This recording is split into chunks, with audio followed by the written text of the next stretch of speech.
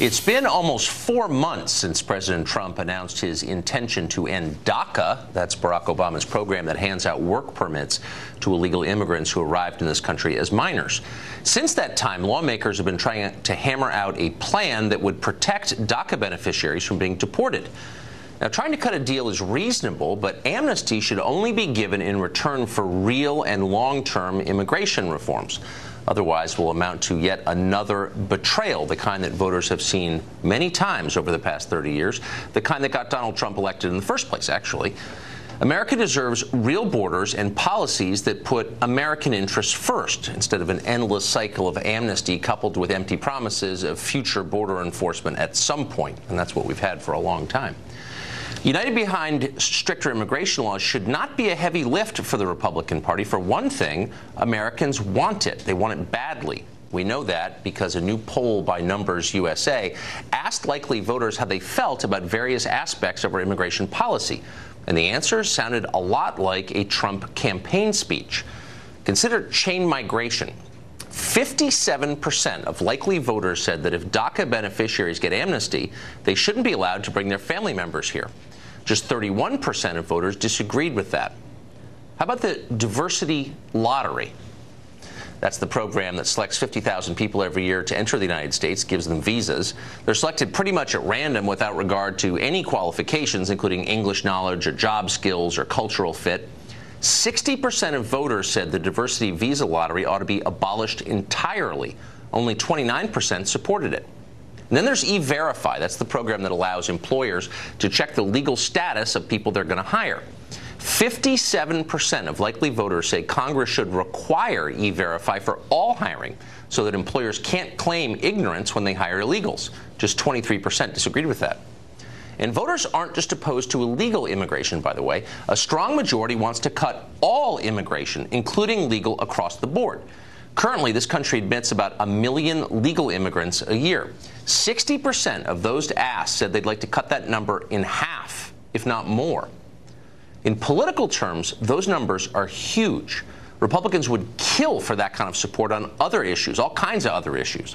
Restricting immigration is a lot more popular, for example, than defunding Planned Parenthood or cutting taxes for the wealthy or cracking down on marijuana, bombing distant countries. More popular than all of that. It's also, of course, the main thing that President Trump ran on last year, and probably the central reason he won in that upset victory. This should not be hard. Just a month ago, the Republicans united to pass an unpopular tax reform bill. They should be able to come together to pass a far more popular form of immigration reform. Yet somehow, that's not happening. In fact, the opposite is happening. Apparently, a number of Republican senators are prepared to cave completely to Democrats on this question, agreeing to amnesty with no serious concessions in return. One proposal would simply delay chain migration rather than ending it, while expanding the scope of the amnesty for DACA recipients and reallocating diversity lottery visas to a different class of unskilled immigrants.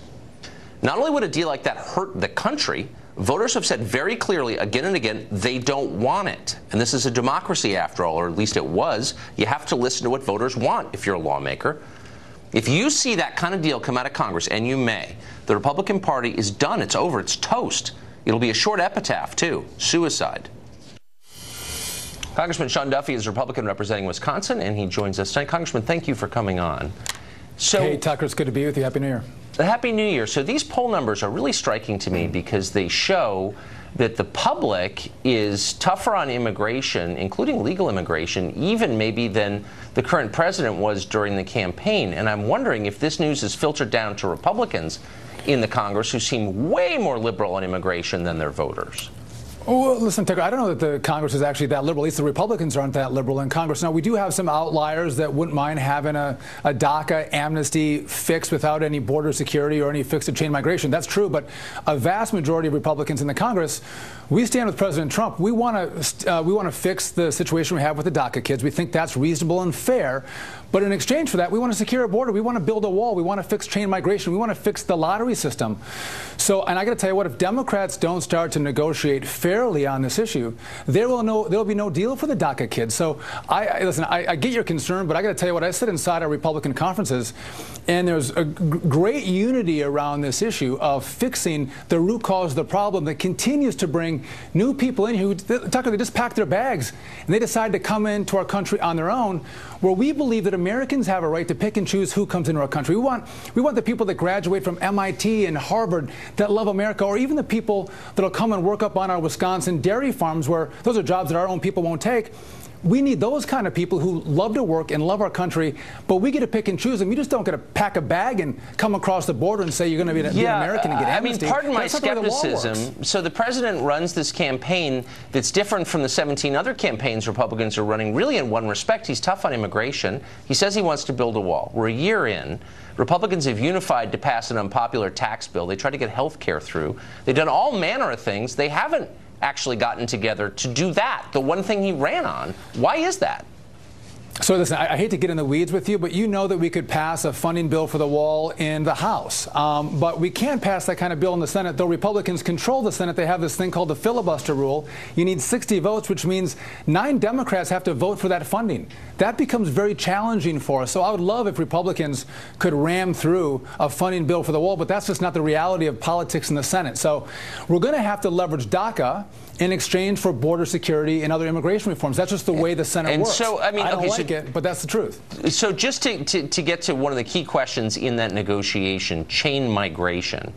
So I think most people look at this and say, you know, you came into the country illegally. Maybe your parents brought you here. Maybe you came as an unaccompanied minor, but it's illegal. You shouldn't be allowed to bring all your relatives with you. What percentage would you say of Republicans disagree with that statement in the House? I think a vast majority agree with the fact that if you're a DACA child, you shouldn't be able to bring in your parents through chain migration. But let me just take a step back. Tucker, Democrats want these children to become citizens within 5 years, and then through chain migration be able to bring their parents into the country legally who brought them, the child, in unlawfully. This is insane.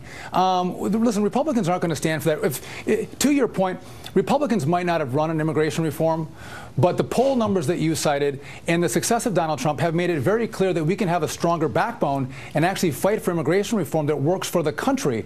And that's one of the benefits of Trump and him driving a message about equity and fairness in immigration reform. So I think the Republicans are going to hold the line, and just if they don't, and I think we will, but if they don't, Donald Trump won't sign any legislation that doesn't have a border wall funding component to it. He's not going to sign it. I don't know about that. I mean, I really don't know the answer, but I do know, I'm totally convinced we got Trump in the first place because Congress ignored what voters wanted for like 30 years, and it made people mad. Congressman, thank you for coming on. Hey, thanks, Tucker.